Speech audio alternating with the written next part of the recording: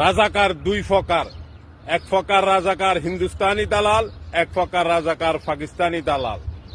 পাকিস্তানি রাজাকারেরা 1971 সনে ওরা চায় নাই একটা মুসলিম রাষ্ট্র ভেঙ্গে দুইটা রাষ্ট্র হোক।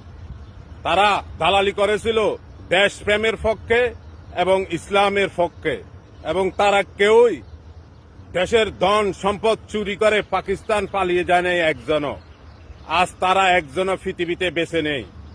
আর হিন্দুস্তানি রাজাকারেরা গত 55 বছর ধরে এই দেশকে লুটে ফুটে হিন্দুস্তানে বাড়িগাড়ি করতেছে, এবং অধিকাংশ দালাল রাজাকার হিন্দুস্তানি ভারতে পালিয়ে গিয়েছে। বর্তমানেও দেশে অসংখ্য হিন্দুস্তানি 5-8টা দালাল রাজাকার বিচরণ করতেছে। এদের এক নম্বর কাজ ইসলাম বিরোধিতা, যাতে এদেশে ইসলাম প্রতিষ্ঠা না লাভ করে এবং এই দেশকে লুটে ফুটে হিন্দুস্তান বেগে যাওয়া। যারাই দাড়িওয়ালা টুপিওয়ালা মুসলমানদেরকে রাজাকার বলে গালি দিবে, মনে করবেন তারাই হিন্দুস্তানের 5-8টা দালাল এবং হিন্দুস্তানি রাজাকার।